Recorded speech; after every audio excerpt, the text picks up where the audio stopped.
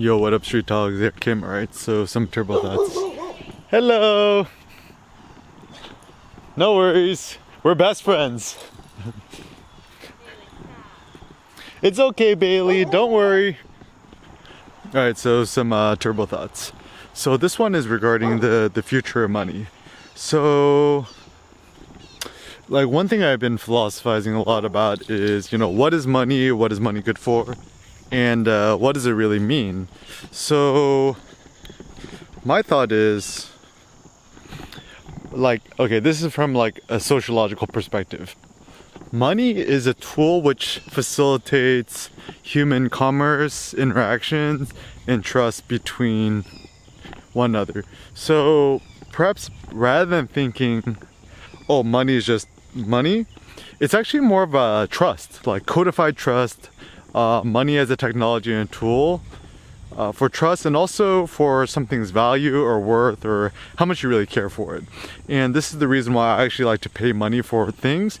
You never really know if you really like something until you paid money for it. So, for example, I could stream all day long musics, but so like often what I'll do is, I'll listen to an album and stuff like that, and then if I really like it, I'll actually go to their website and buy it and download it or whatever.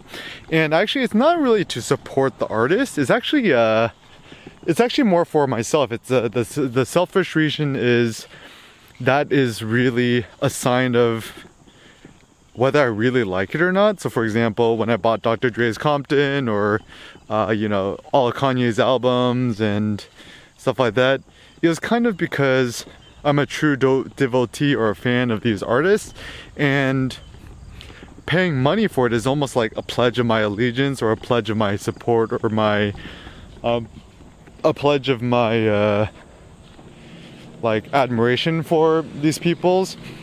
And so, and this is a funny thing because I've gotten so many free things over the years, and this is why I'm kind of anti-sponsorships, is that when you're getting free shit from a company, corporation, a brand, whatever, it's tough to know whether you really like it or not because you really like it or something else.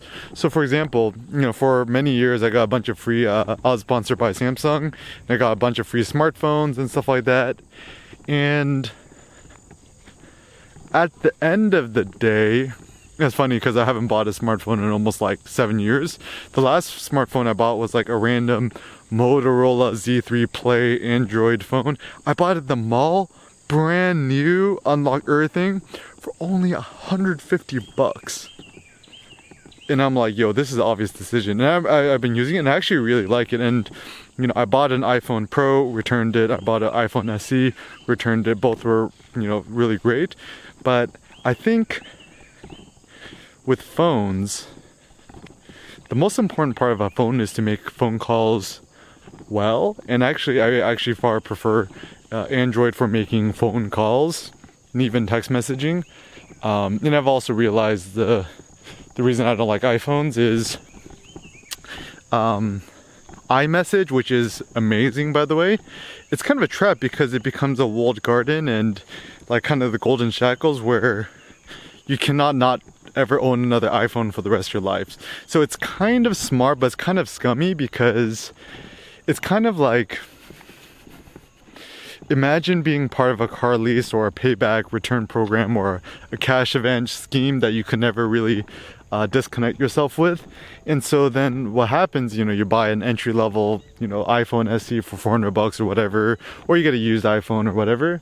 You're essentially addicted to Apple products for the rest of your life until you die. And just do the maths, mucho dinero. Whereas Android, obviously it's not as good as Apple.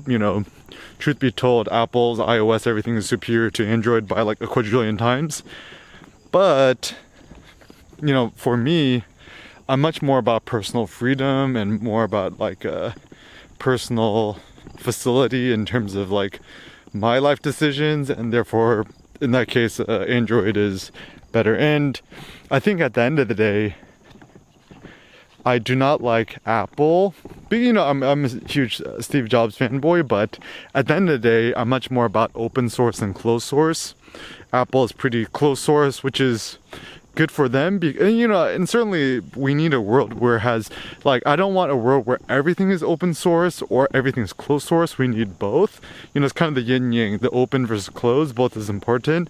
But I think for me, just like practically speaking, I'm much more of an open source person than a closed source person. But anyways, so ideally for me, I try to do barbell pricing, either give away all your stuff for free or just charge a lot of money for it. But anyways, moving forward, then my pragmatic thoughts is, when it comes to money,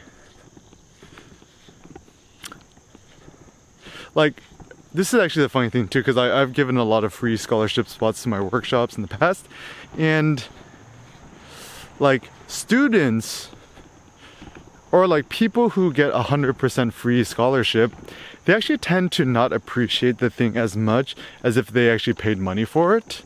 Whereas people who, sorry, let me reiterate. So the problem is,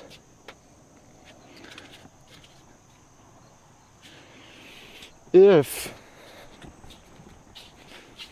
you don't pay money for something you get for free, you don't really work as hard at it, and you don't really kind of get as appreciative of it. So I went to UCLA as an undergrad. I got a bunch of like scholarships and stuff like that, but I still had to do work study, and so I'm actually more of a fan rather than 100% scholarship or full ride. I kind of like the idea that, like, you know, there's more like pay what you can, or the notion of a partial scholarship, because as long as, like, you don't even have to pay that much money, and everyone's you know, socioeconomic situations are different, so it's kind of much more of a dynamic pricing, is that if you're poor, you still pay a little bit, but it's not 100% free. Whereas if you're like super duper rich, you obviously pay more. Me and Cindy, we went to Taizé a while back in France. This is like Catholic kid thing. And the nice upside of Taizé was, rightfully so, if you came from like Africa, you know, where the typical socioeconomic status is less, you paid a lot less. Whereas if you came from America, you obviously had to pay a lot more money, which makes a lot more sense to me.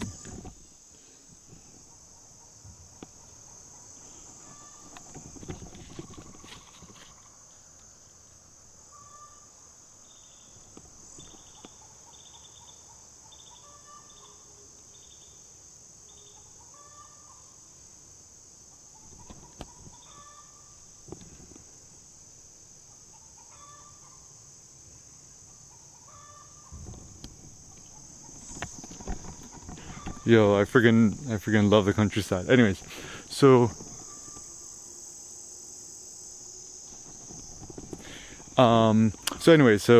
back to the whole money scenario. So it's not then money for money's sake. And you know, I was talking to one of my friends. He's like, you know, what is greed? Greed, you know, could be categorized in many different things. I think some greed is good, some greed is bad. Like greed for more, you know, more muscular gains, I'm like, that's fine, whatever. But greed for money for the sake of money, I think is bad. And this is where, you know, my critique of Jay-Z is that I think he externalizes too much of his own self-worth via money, and a lot of people do. And the problem about that is that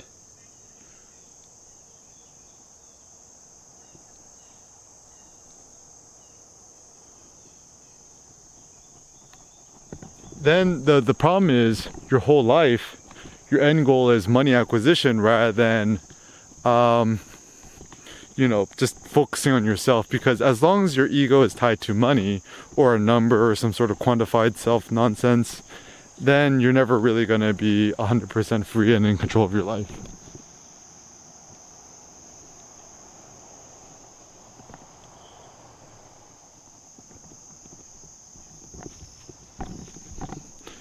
So yeah, so with matters regarding money, see money as like a pledge of allegiance, and it's so funny because you could see what people's real preferences are, or what they call revealed preferences, based on not their opinion, but just kind of look at their behavior. Look at what they actually spent money to, what car they actually bought with their own money versus like, you know, hand-me-downs. That's totally a different scenario. And I actually think it's super duper nice when we kind of could adopt a certain lifestyle where life becomes much more freewheeling. Life becomes a lot more free-spirited and stuff like that. And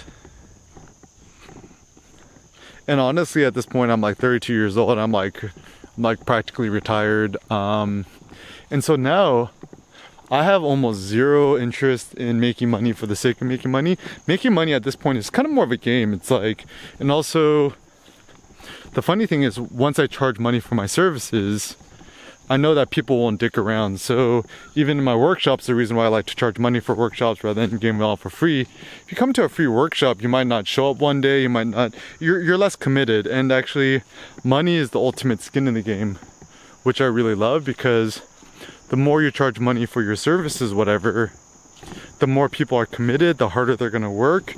And so, yeah, money is a way of signaling people's true preferences. Money is a tool for signaling what people's true values are in life and stuff like that. And so I think in life, being able to pursue your true desires, needs, and wants and stuff like that is actually a very, very effective strategy in life, and something that shouldn't be short-sighted. Ooh, I just discovered a new shortcut. Well, that's cool. Oh, that's kind of a game changer. Maybe I'll buy a condo here. So yeah, so anyways, so when it comes back to life, some of my pragmatic thoughts. So my friend David, one of my workshop students in downtown LA a while back, Dave, if you're watching this, thank you for your advice. So the basic idea is, he's pretty rich, he lives in Beverly Hills. But the funny thing is that he came to the workshop, and by far he's probably the highest net worth individual, but he had the most kind of like low-key Camry, just like a starter Olympus OMD EM5 or something like that. And I'm just like chatting with him, and I was like so impressed, because I'm like, I know he's rich, but he bought like a super budget camera. I'm like, yo, what's the secret of, he has some money tips or wealth tips and stuff like that. And what he told me was just pay everything in cash. Even when he goes to the Apple store, he pays in cash, and it seems the only thing he can't pay in cash for is flights, but almost everything else he's been able to pay in cash. And as a consequence, obviously the guy is really good with money, because when you're using cash money, like, paper money, like $5, $10, $20 bills, $100 bills, $50 bills, whatever, you kind of get a better sense of like what things are really, really worth. And in that case, having a little bit of friction when it comes to money is a good thing, because with money, if you're totally frictionless, is bad. Then you just end up wasting it and squandering it on a bunch of random shit. That was a little bamboo forest here. That's nice. My Boy Scout, Eagle Scout instincts are starting to come out. Oh yeah, this is actually facts. Eric Kim is a Boy Scout, Eagle Scout. A Scout is trustworthy, loyal, helpful, friendly, courteous, kind, obedient, cheerful, thrifty, brave, clean, and reverent too. And as a consequence, yeah, I mean, my only practical things with money at this point is, just paying rent, buying meat, buying coffee, paying for Wi-Fi, and that's pretty much it. Like, almost everything, all the tools I have is more than sufficient. I got my maybe a few, like 2017, I bought a used refurbished 13-inch MacBook Pro Touch Bar, all maxed out. I bought it refurbished from the Apple store for like 2 G's when it should have cost like 3 G's.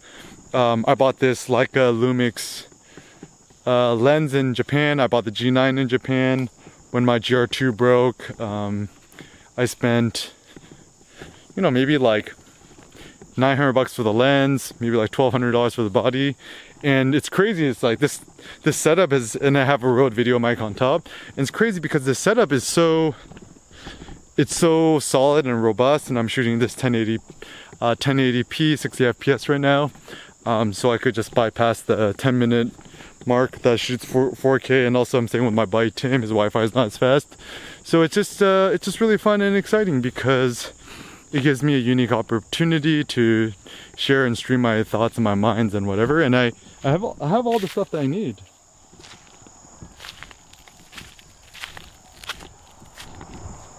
And then, so that's nice because then now I have fewer distractions. I could just focus on what's really truly meaningful to me, which is like, you know, making stuff, like whether it be making videos, podcasts, YouTube videos, blog posts, writing essays and whatnot. And so yeah, I think moving forward in life, don't pursue money for the sake of money for money's sake. If you start to think about money kind of more of a social tool, I think it will become a much more robust, a much more interesting way to live life. And yeah, so, you know, just really use this chance to really contemplate to yourself, what does what money mean to me? How much of my life am I willing to sacrifice for it? But money is a tool to what end?